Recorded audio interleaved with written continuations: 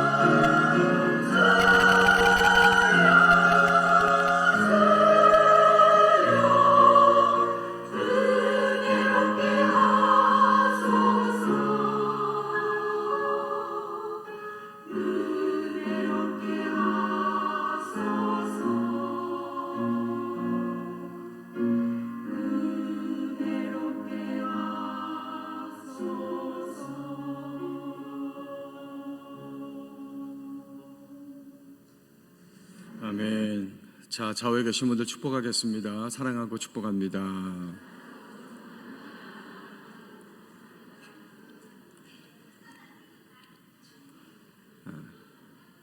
세상에 고통을 좋아하는 사람은 없습니다. 그러니까 우리가 고통당하는 것 자체를 싫어하죠. 일단 고통이 있으면 삶의 질이 많이 떨어집니다. 내가 몸이 좀 아프다든지 어떤 좀 어려운 게 있으면 그것 때문에 우리가 좀 사는 게 좀 힘들죠. 그래서 가능하면 고통 없이 살고 싶다. 이제 이게 우리들의 바람입니다. 그럼 정말 고통이 없으면 행복하고 건강하게 잘 살 수 있겠습니까? 오히려 그렇지 않죠. 고통이 있어야 우리가 살 수가 있고 우리가 행복하고 감사하게 살 수가 있습니다. 그 이유는 첫 번째로 고통이 우리를 보호해 주기 때문에 그렇습니다. 미국의 세계적인 한센병 권위자인 이 폴 브랜드라는 박사가 있어요. 한센병 권위자인 폴 브랜드라는 박사분이 계시는데, 이분이 인도에서 20년 또 미국에서 30년 동안 이 한센병 치료를 위해서 헌신한 분입니다. 이분이 인간의 이 피부 감각에 대해서 연구를 좀 해봤어요. 그래서 인간의 신체가 어느 정도 이제 압력을 받으면 고통을 느끼기 시작하는지 이제 연구를 이제 한 거죠. 그래서 각막이죠, 각막. 눈에 있는 각막. 각막은 0.2g의 압력을 가하면 그때부터 고통을 느끼기 시작한답니다. 손등이죠. 손등은 100g의 압력을 가하면 그때부터 사람들이 고통을 느끼기 시작한다는 거예요. 발바닥이죠, 발바닥. 발바닥은 처음에 건들면 간지럽죠. 간지럽잖아요. 근데 점점 압력을 가해서 200g 이상이 되면 이제 고통을 느끼기 시작한다는 거예요. 손가락 끝, 이 손가락 끝은 300g 정도의 압력을 가하면 그때부터 아프다, 고통스럽다 이렇게 느끼기 시작한다는 것입니다. 왜 이렇게 신체마다 다 고통을 느끼는 그 정도가 다 다를까? 그것은 그 고통으로부터 신체를 보호하기 위해서 그렇다는 거예요. 여러분, 이 각막은요 아주 얇은 필름처럼 되어 있습니다. 굉장히 이제 약하죠. 그렇기 때문에 작은 압력에도 고통을 느껴야 이제 이 각막을 보호할 수가 있는 거죠. 이 손가락 같은 경우는요 이제 일을 굉장히 많이 합니다. 우리 신체 부위 중에서 일을 굉장히 많이 하죠. 그렇기 때문에 어느 정도는 어떤 그 압력을 좀 다 견딜 수 있어야 일을 이제 할 수가 있는 거예요. 만약에 이 각막이 0.2g 정도의 압력에서 고통을 느끼지 못한다. 만약에 손가락처럼 300g이 되어야 그때부터 고통을 느끼기 시작한다. 그러면 그때는 이미 이 눈은 다 망가져 버린 거예요. 눈을 사용할 수가 없는 거예요. 반대로 만약에 손가락이 이 각막처럼 0.2g의 그 압력만 있어도 고통을 느끼기 시작한다. 그러면 아무것도 못하는 거예요. 여러분들이 집에서 설거지하려고 그러는데 손가락이 아픈데 어떻게 설거지하겠어? 여러분들이 이제 예배 끝나고 이제 안녕하세요 이제 악수를 해야 되는데 조금만 압력을 줘도 손가락이 아픈데 어떻게 악수를 하겠어요? 예배 끝나고 식당 가서 식사하셔야 되는데 저분 두고 식사하셔야 되는데 손가락 조금만 압력을 줘도 아픈데 어떻게 식사를 하겠어요? 그러니까 아무것도 못하는 거죠. 그러니까 우리의 신체는 크든 작든 고통을 느껴야 그 고통으로부터 우리의 몸을 보호할 수가 있는 거죠. 그러니까 만약에 우리의 신체가 고통을 느끼지 못하면 이제 이 신체가 이제 죽을 수밖에 없는 겁니다. 과거에 사람들이 두려워하던 질병이 한센병입니다. 그 나병이라고 하잖아요. 그러니까 한센병에 걸리면 뭐 코가 떨어져 나간다, 귀가 떨어져 나간다. 이제 우리가 그렇게 생각하는데 이 한센병의 99%는 손과 발을 마비시키는 병입니다. 그러니까 이 손과 발이 고통을 느끼지 못하는 거예요. 예를 들어서 이제 모닥불을 피워놓고 이제 고구마를 구워 먹는데 우리 일반인들은 어때요? 뜨거우니까 긴 집게를 가지고 이렇게 고구마를 꺼내다가 우리가 먹잖아요. 그런데 이 한센병 분들은 그렇지 않아요. 그냥 손 집어넣어서 꺼내면 됩니다. 왜? 고통을 느끼지 못하니까. 그럼 그렇다고 해서 그 손이 괜찮습니까? 아니죠. 고통은 느끼지 못하지만 이미 그 손은 불에 대인 거예요. 상처를 입을 수밖에 없는 거죠. 한센병에 걸린 어떤 아이는 여러 아이들을 모아놓고 내가 묘기를 보여줄게 그러면서 아주 날카로운 그 바늘 가지고 자기 손을 막 이렇게 찌릅니다. 그게 아프지가 않아요. 고통을 모르니까. 그 옆에 있는 아이들이 야, 너 대단하다. 어떻게 그럴 수가 있느냐.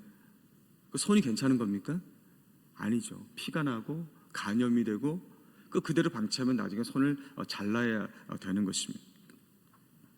그러니까 고통을 느끼지 못하는 사람은 고통을 느끼지 못하는 것이 그 사람에게 고통이 되는 거예요. 그러니까 이분들이 살 수 있는 방법은 뭐냐면 고통을 느껴야 돼요. 외부에서 어떤 아픔이 왔을 때, 고통이 왔을 때 그것을 느껴야 몸을 보호하고 살 수가 있는 거죠. 이 폴 블랜드 박사가 어느 날 이제 기차를 타고 이제 어디를 이렇게 가는데 발 뒤꿈치에 감각이 없는 거예요. 그래가지고 왜 감각이 없지? 그 손가락으로 이렇게 막 이렇게 만져봐도 감각이 없는 거예요. 발 뒤꿈치가. 그래서 이분이 내가 한센병 환자들을 오래 치료하다 보니까 나도 한센병에 걸렸나 보다. 이제 나도 죽겠구나. 이렇게 생각한 거예요. 그리고 바늘을 가지고 그 발 뒤꿈치를 찔러봤어요. 그러니까 그때 아픈 거예요. 그러니까 이분이 내가 아픈 걸 보니까 내가 살겠구나. 그렇게 얘기한 거예요. 그러니까 이분이 하도 오랫동안 기차를 타니까 이 발이 좀 마비가 돼가지고 순간적으로 고통을 느끼지 못한 거죠. 여러분 가운데 아무 고통 없이 사는 분 있어요? 나는 아픈 데도 없고 걱정 근심 없고 나는 육체적으로도 영적으로도 아무 고통 없이 산다. 또 그것이 축복받은 삶이라고 생각을 하십니까? 사람이 고통 없이 산다는 것은 그 고통을 느낄 수 없을 만큼 이미 병들어 있다는 거예요. 나도 모르는 사이에 그 육체가 병들어 있을 수 있고 그 영혼이 병들어 있을 수가 있다는 것이죠. 다윗은 이스라엘의 위대한 왕이었습니다. 하나님 마음에 합한 사람이었어요. 그런데 이렇게 위대한 다윗이 2번 넘어진 때가 있었어요. 그 첫 번째가 언제냐면 우리 사무엘하 11장 1절과 2절을 보세요. 우리 같이 읽겠습니다. 시작.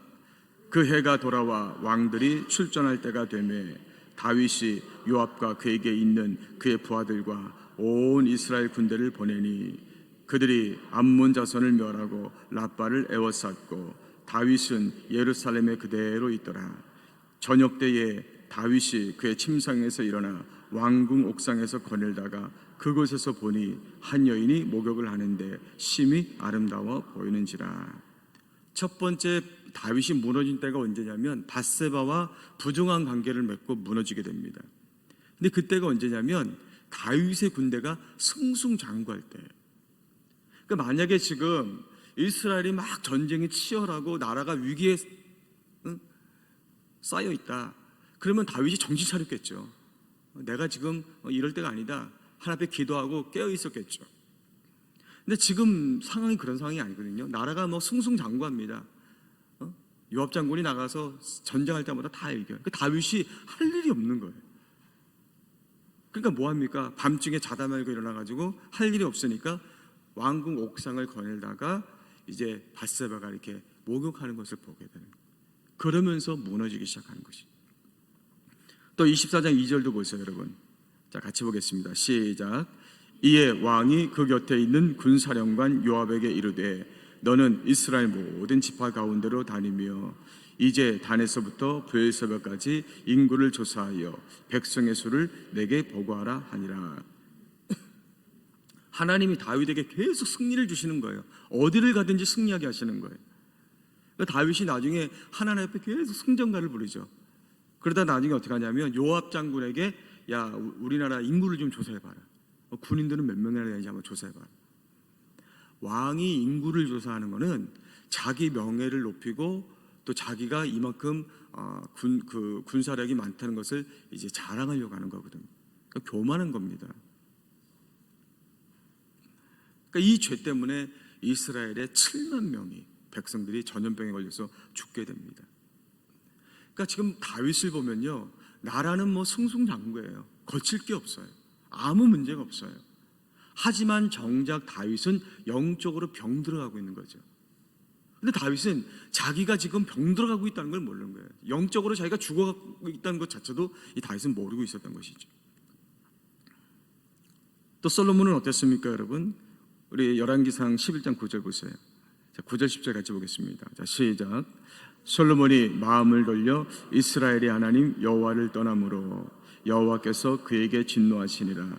여호와께서 일찍이 2번이나 그에게 나타나시고 이 일에 대하여 명령하사 다른 신을 따르지 말라 하셨으나 그가 여호와의 명령을 지키지 않았으므로. 지혜의 왕이었던 솔로몬이 언제 무너지기 시작했어요? 나라가 위기에 처하고 전쟁하고 그때가 아니란 말이에요. 나라가 태평성대를 누립니다. 분열됐던 나라가 통일이 되고 아무 걱정이 없는 거예요.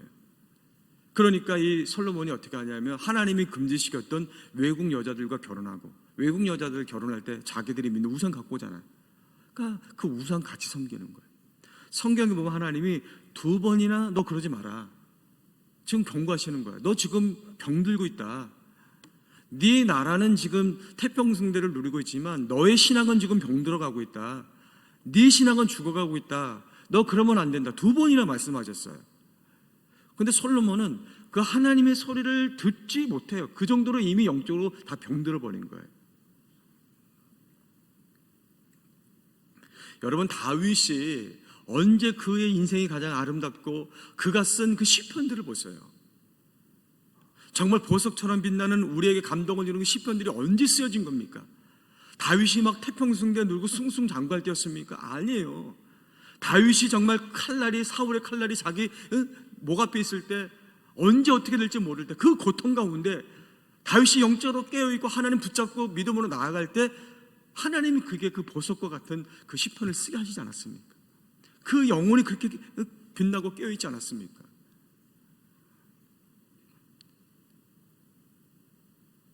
그런데 다 편안하고 아무 걱정 근심 없고, 그러니까 오히려 다윗의 빛나던 그 영성이 다 묻어진 거예요. 영적으로 병들어 버린 것이죠. 그러면서도 자신이 모르는 거예요. 우리가 고통 없이 걱정 근심 없이 편안하게 살고 싶지만, 사람이 고통이 없고 걱정 근심 없으면 반드시 타락하게 됩니다. 사람 죄인이기 때문에 그래요. 본질이 죄인이에요. 사람에게 아무 문제가 없으면 오히려 하나님 감사합니다, 할렐루야, 제가 열심히 신앙생활할게요, 그럴 것 같지만 사람은 절대 그렇지 않다는 거예요. 하나님이 그걸 더 잘 아세요. 사람 하나님 의지하지 않아요. 자기 멋대로 살려고 그래요. 괜찮은 줄 아는 거죠. 그러다 결국 하나님과 멀어지고 타락하게 되고 결국에는 영육간에 죽어가는 겁니다. 그러므로 우리는 육체적으로든 영적으로든 고통이 있어야 살 수가 있는 거예요. 몸이 조금 아파야 돼요.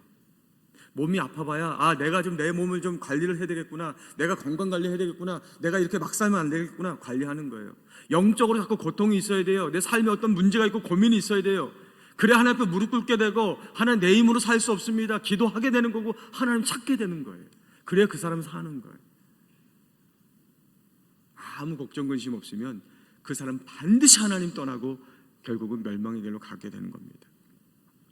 혹시 여러분에게 지금 육체적으로 영적으로 어떤 고통이 있다면 그것이 오히려 여러분들을 살린다는 것을 깨달으시기를 바랍니다.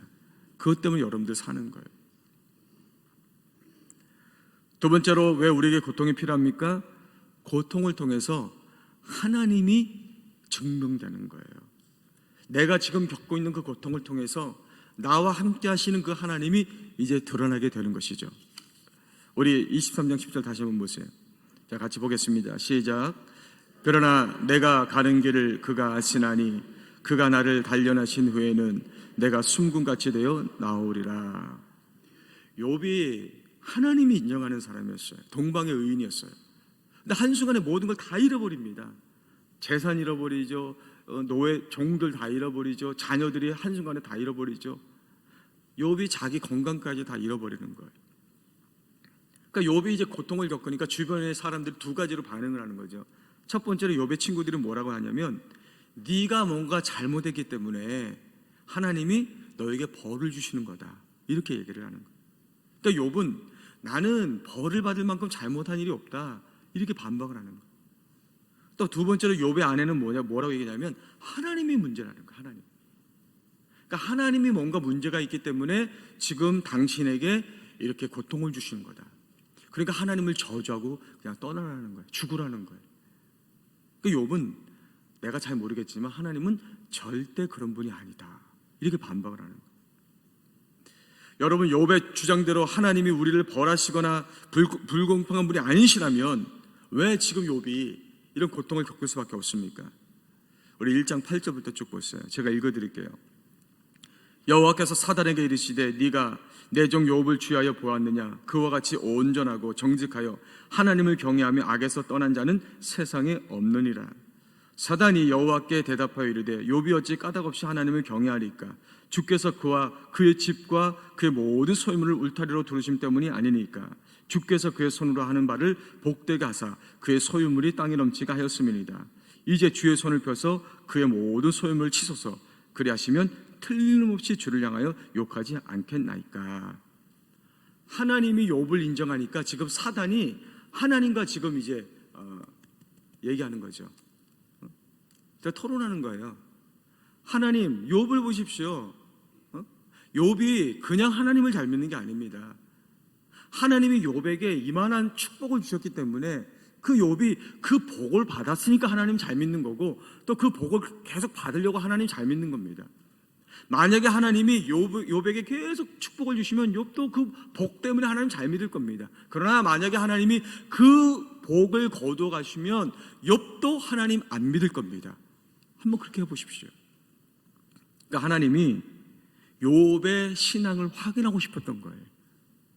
정말 욥이, 내가 욥을 인정하고 있는데 그 욥이 정말 내가 복을 줘서 나를 잘 믿는 건지, 아니면 욥이 나로, 그러니까 하나님을 하나님으로 믿고 있는 건지 하나님이 확인하고 싶었던 거예요.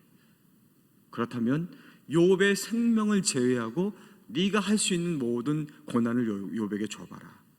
그래서 욥에게 이제 고통이 시작이 된 겁니다. 그리고 욥은 자기가 겪는 그 고난을 통해서 내가 축복을 받아서 하나님을 믿는 게 아니고 나는 그 하나님 자체를 믿는 겁니다. 하나님을 하나님으로 믿는 겁니다. 그것을 고난을 겪으면서 지금 자기가 하나하나 증명해 보이는 거예요. 여러분, 우리가 이제 고난을 겪을 때 우리는 빨리 그 고난을 벗어나고 싶잖아요. 근데 하나님은 그 고난을 통해서 우리가 어떤 믿음을 갖고 있는지 확인하고 싶어 하십니다.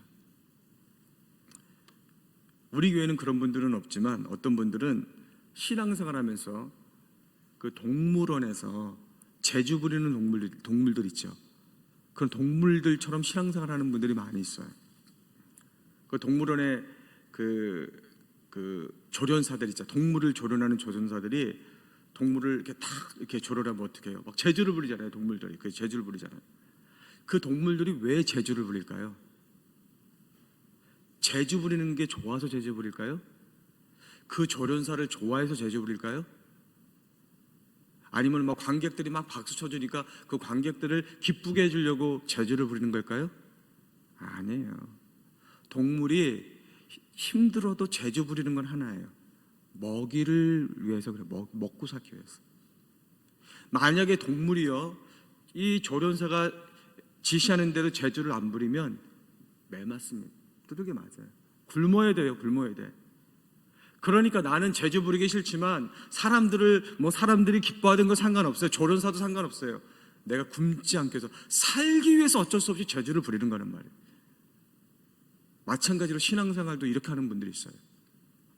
내가 신앙생활을 열심히 잘하면 하나님이 나에게 축복 주시고, 내가 하나님 말씀 순종해야 하나님 나에게 벌 안 주시고, 그러니까 그렇게 신앙생활하는 분들이 있단 말이에요. 하나님이 혹시 벌 주실까 봐, 내가 순종하지 않으면 나에게 어떤 문제가 생길까 봐, 그래서 하나님 복 받고 싶어서 그냥 편안하게 살고 싶어서 그냥 그렇게 신앙생활하는 분들도 있다는 것이죠.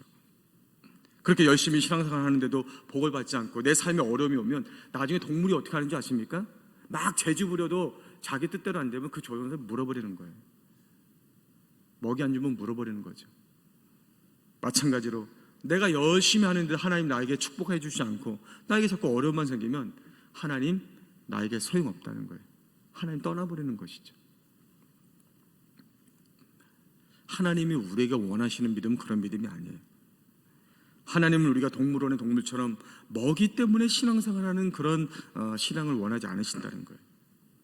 하나님은 우리가 우리의 의지를 가지고 하나님을 믿기를 원하신다는 것을 믿으시기를 바랍니다. 우리가 하나님을 하나님으로 신뢰하기를 원하시는 거예요. 우리가 인생 살다 보면 성공할 때도 있고 실패할 때도 있습니다. 그렇다고 해서 하나님 변하는 게 아니에요. 내가 성공했다고 해서 하나님이 나를 더 사랑해 주시고, 내가 실패했다고 해서 하나님이 나에게 벌을 주시고, 그런 하나님 아니시라는 것이죠. 하나님은 우리의 상황과 상관없이 언제나 우리를 사랑해 주시고, 언제나 우리에게 은혜를 주시고, 언제나 우리와 함께 하시는 하나님이신 줄로 믿습니다. 하나님은 변하지 않는 분이에요. 한결같은 분이에요. 그러니까 우리가 하나님을 대할 때도 그러한 믿음으로 하나님을 대하기를 하나님은 원하시는 것입니다. 제가 목회자이지만 저도 때로는 이해할 수 없는 일들을 겪을 때가 있어요. 저도 하나님이 이렇게 저에게 하시는 일들이나 또 여러분들에게 하시는 일들 보면서 퀘션 마크가 달릴 때가 많이 있다는 거예요. 왜 그러셨을까요? 하나님 저한테 왜 이러시죠? 저분한테 왜 저렇게 하시죠? 그러니까 하나님이 하시는 일들이 이해가 안 돼서 퀘션 마크로 하나하나 남는 때가 많이 있다는 거예요. 그럼에도 불구하고 제가 고백할 수 있는 건 있어요. 그건 뭐냐면 하나님은 여전히 살아계신 분이라는 거예요. 할렐루야. 하나님은 완전하신 분이에요. 하나님은 실수가 없으신 분이에요. 하나님은 세상에서 저와 여러분을 가장 사랑하시는 분이신 줄로 믿습니다. 그런 하나님이 내 인생에 이해할 수 없는 일이 생겼다.